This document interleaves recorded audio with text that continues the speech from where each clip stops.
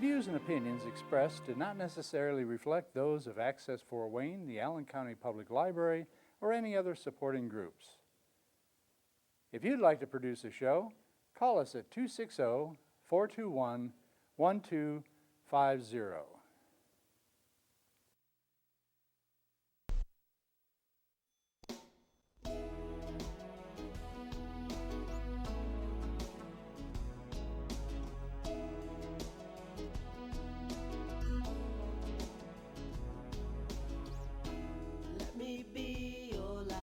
Producer. That's me, and I have two special guests today. We're going to be talking about something very important and special. To my left is State Representative Kelsey Cox. Thank you for having me. It's a pleasure to be here, Patty. Thank you. And this is Monica Kelsey. Monica, tell me what you do. Oh, I do a lot, Patty. Sometimes I do too much. Well, what is your title? I didn't get it. I founded the organization called Safe Haven Baby Boxes, which is an organization that is geared to try and help save abandoned babies through the Safe Haven law.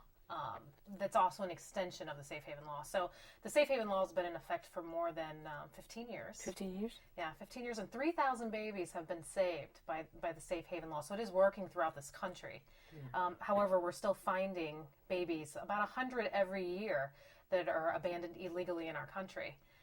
So Safe Haven Baby Boxes is an organization that is designed for those 100 babies that are being illegally abandoned every year. We're trying to save them. So, Representative, or should I just call you Kelsey? Kelsey will be Kelsey, what is your role in this? What would you say, about a year ago? A little more than a year ago? Right, yeah. I had an interest in the issue of abandoned children because I saw it as something that was an completely avoidable tragedy. And so I was known among a group of friends, let's say, and others who were interested that would forward me these tragic articles, and I did have this interest in kind of contemplating as an elected official what could we do. And then about a year, or maybe a little more than a year ago, Monica, who's also a constituent in the 85th district, approached me with what I thought was just an outstanding idea, and she has been the lead person on the issue that we together. Yeah, absolutely. Very much so. That we've been tackling in the state legislative session over this past year, and had a good victory there this year, and are going to continue to work on finishing up some of those items next year. So is there, what is it?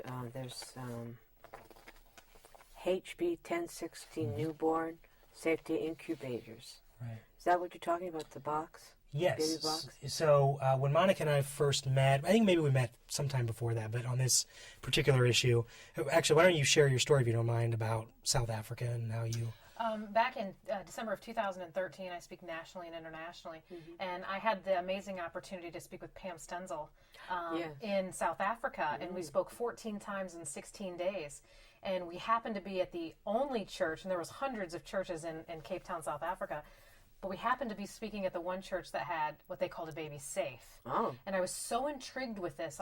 I couldn't understand why we didn't have this in the United States. I was abandoned as an infant 2 hours after I was born. My birth mother dropped me off at a local hospital in Ohio. So it's always been a big part of my life, knowing my beginnings. And when I seen this baby safe in South Africa, I was astounded that this was not in the U.S.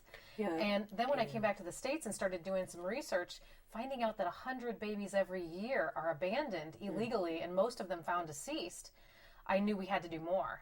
So I contacted Kelsey because I had read in the paper that he wanted to, in the paper, the one article didn't even give his name. It said that there was a representative that wanted to work on the Safe Haven law. And I'm like, who is this person? I need to talk to them. And then Kelsey's name finally came up, and then we connected, and you can kind of take it from there. Yeah, we connected, and she shared her story with me.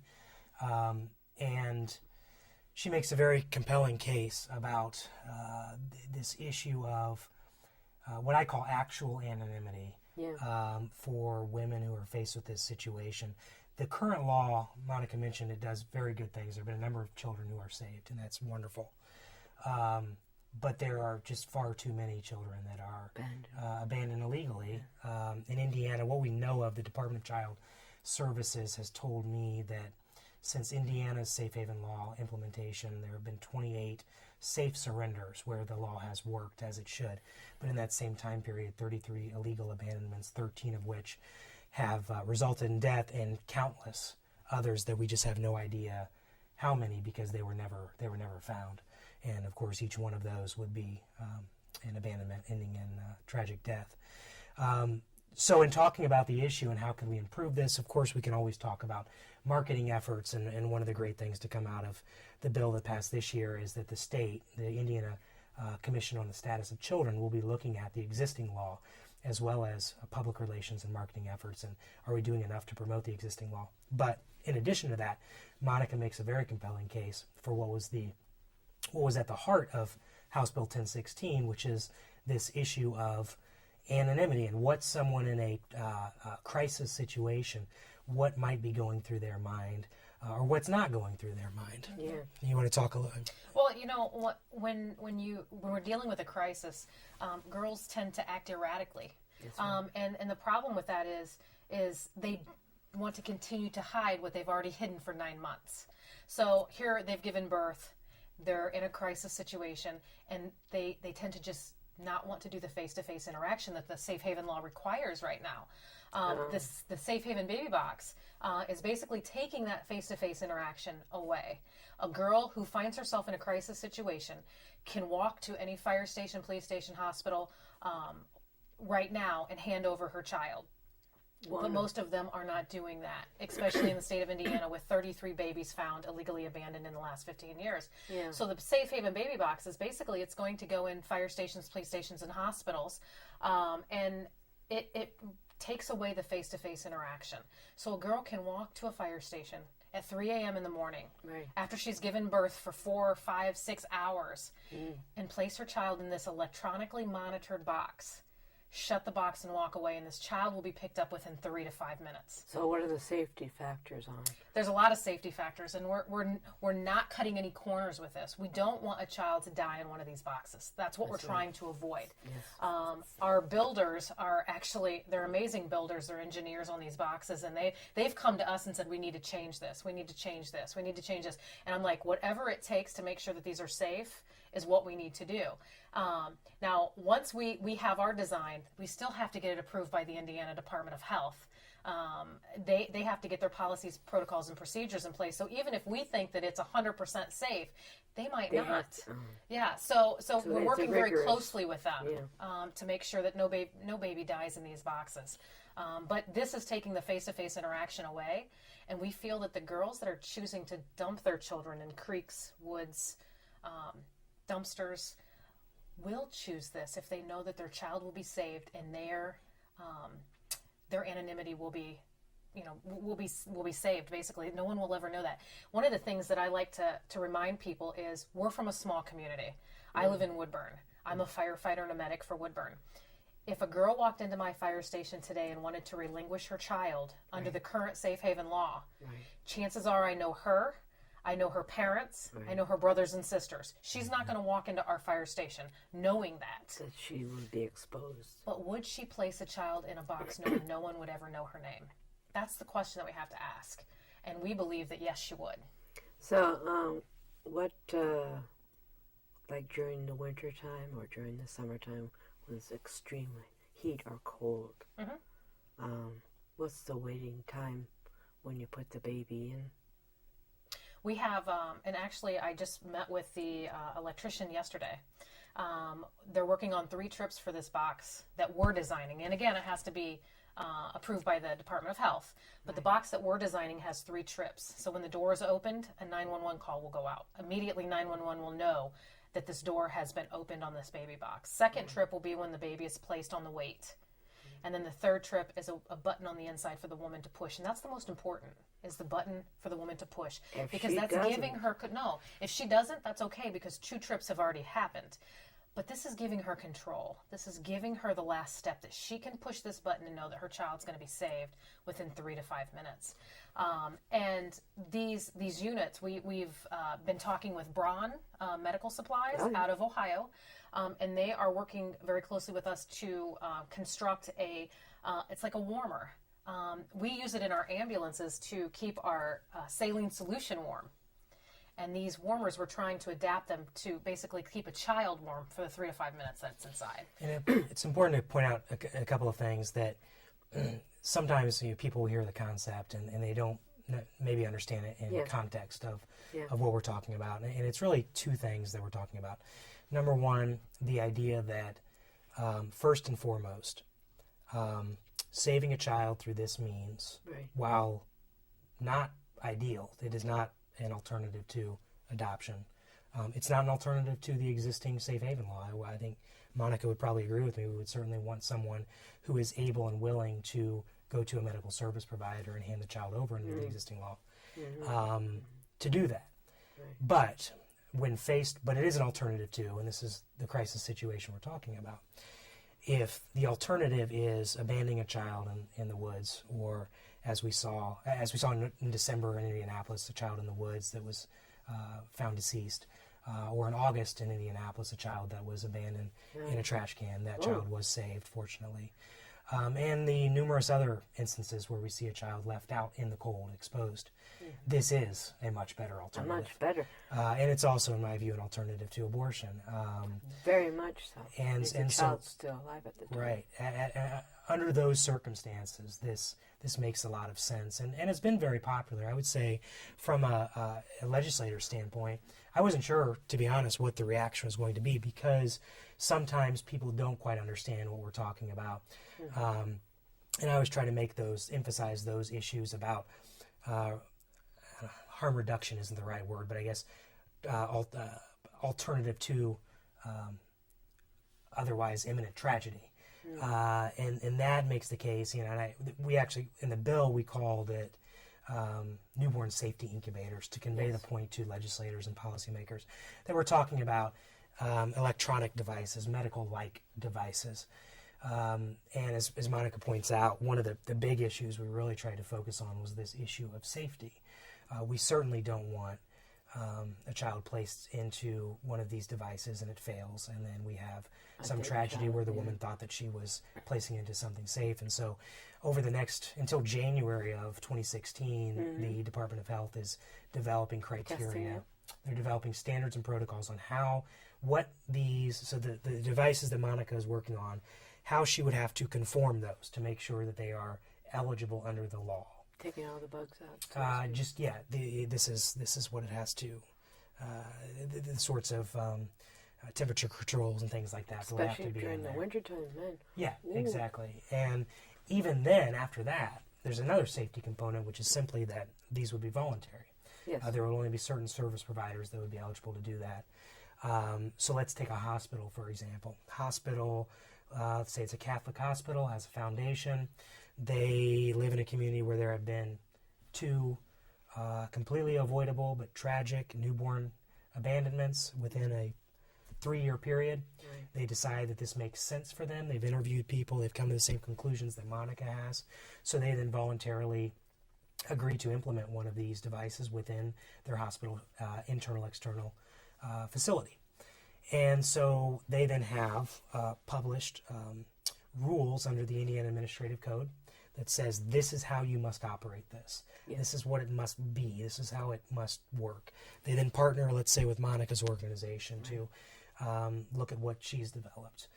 And the law will say, the next piece of the law that will come up next year will basically say that in order to operate one of these, you hospital will get limited liability protection, meaning if something absolutely goes wrong, you're not going to get sued for that, so long as you abide by those safety standards and protocols. If you don't do that, then you're not protected, and you also could be subject to a penalty. It's very important because it means that a responsible party is going to be the one that's taking the initiative to actually do this.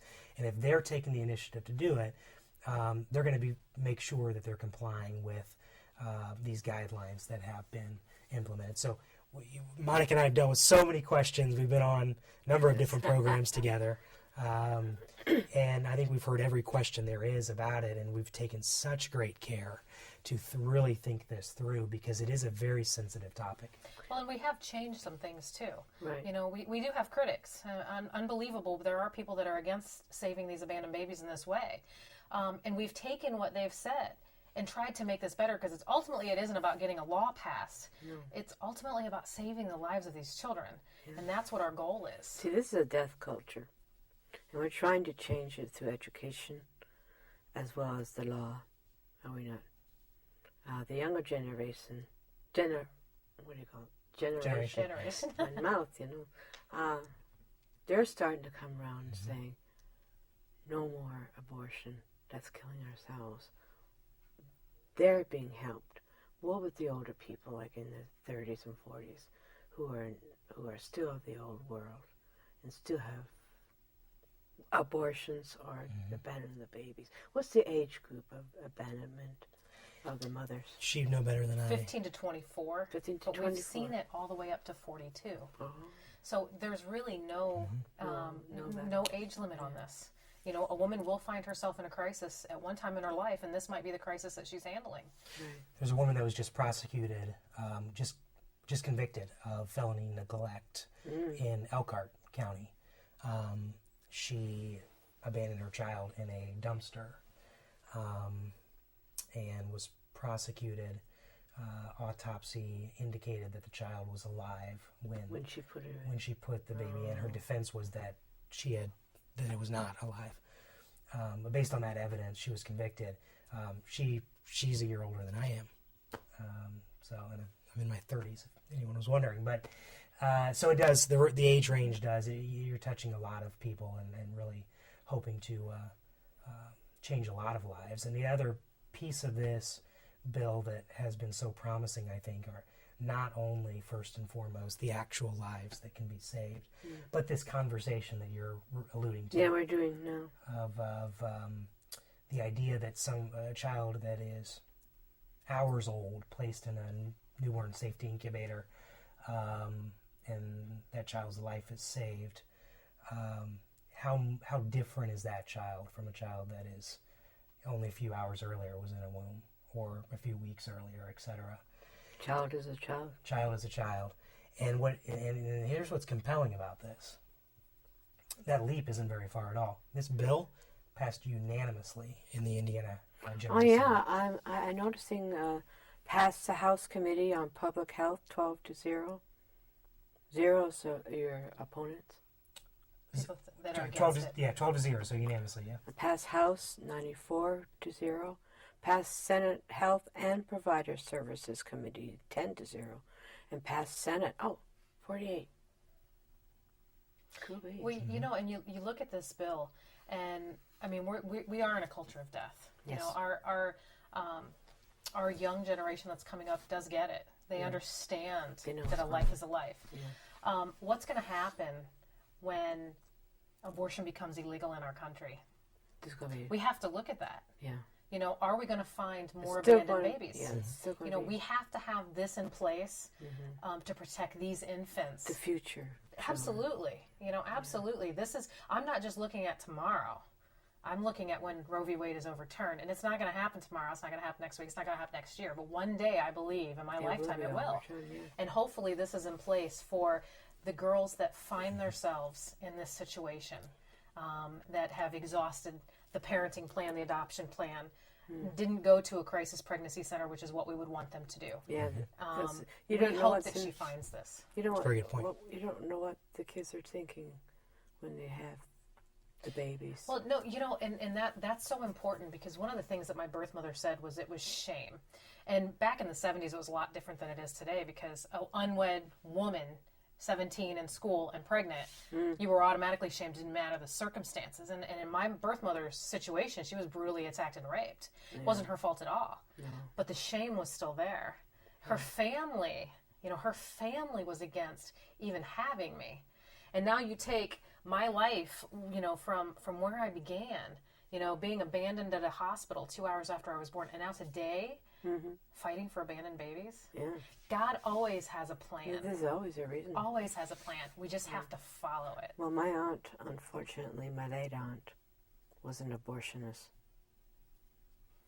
during the 60s and 70s in Toronto. I seen your article. I read that. Yeah. So that's why I'm fighting for life, whether it be the unborn or all the way up to old age. Well, we have to protect that. Because if we don't protect our right to life, what do we have? You know, where's the compassion in this world? I mean, that's really getting bad.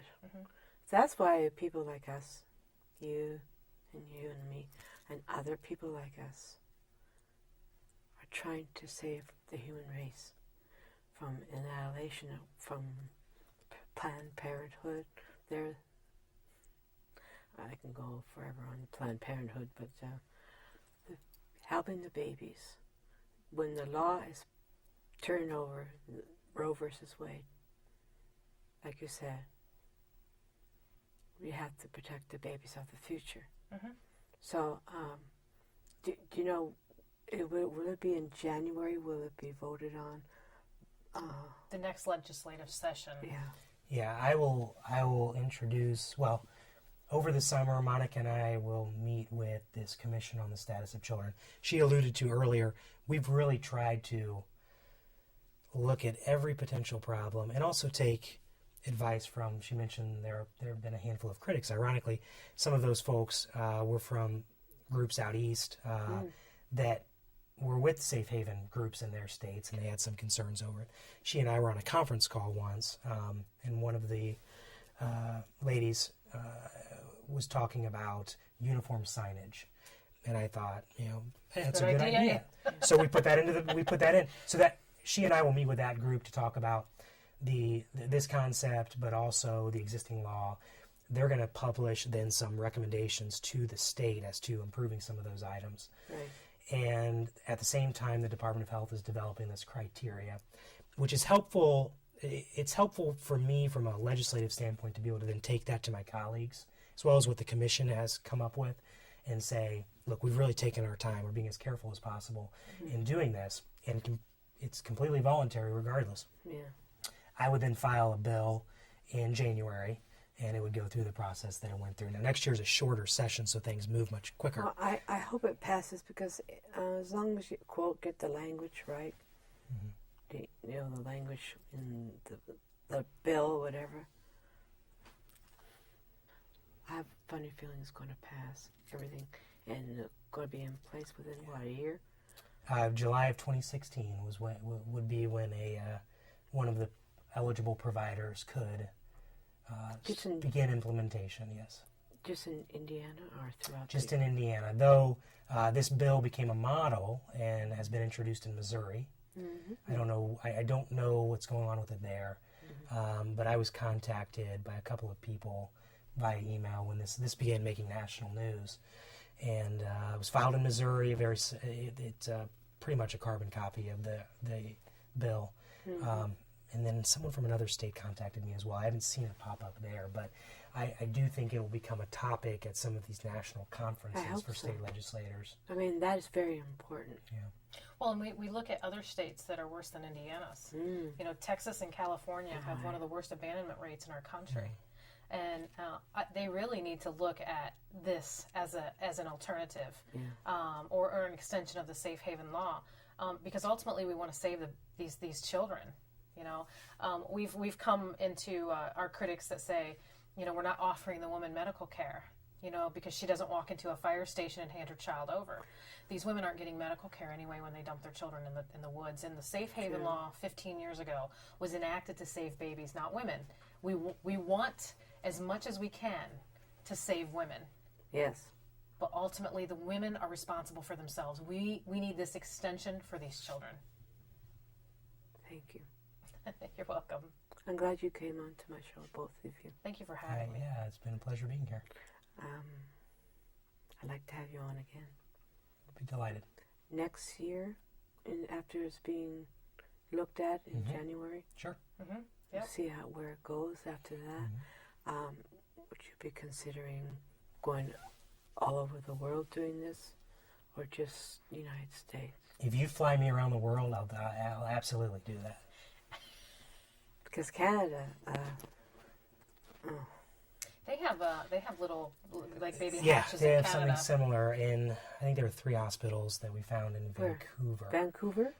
They call them Angels Cradles. They're Angels Cradles. What about And Quebec? they've had at least 2 children that have been placed there. In Quebec, I understand they're there as well. In France as well. You know, they're very popular in third world countries. They're- I'm shocked that the United States is this far behind on this. Well, we have to work at it. Well, but we're doing an amazing job. And we're educating the people, Absolutely. letting them know what's out there for our children, for the mothers to say, I want my baby to live, but I can't have her or him for myself. Can I ask a real quick question for you? How many people signed a petition in favor of this? About 2,900 so 29? Okay. Can I sign? Yeah, absolutely. I thought you did, Patty. Did I? Hi. Anyways, You can sign twice. Yes. one hand and the other. Well, this is cool what you're doing. I'm Thank very happy about you guys coming onto my show and helping the babies, because the babies are our future. Our future. Yep. Without the human race, we're nothing. We'll be extinct, and we got to stop that. Okay, thank you for coming on to my show, Thank you. Casey Cox and Monica Kelsey. This is Patty Hunter, and we'll see you next week. And please, if you have a baby you don't need, go to the right people. Who would you like them to go to? You can go into a hospital. Go to a hospital? Certainly, if you're early enough on, contact adoption services, the Department of DCS, the Department of Child Services. Crisis pregnancy center. Crisis pregnancy centers. There are a wealth of resources. But if you're in those last moments in the crisis situation, go to a hospital Yes. first and foremost, or a police station or fire station. So, for my guests, good day, and see you next week.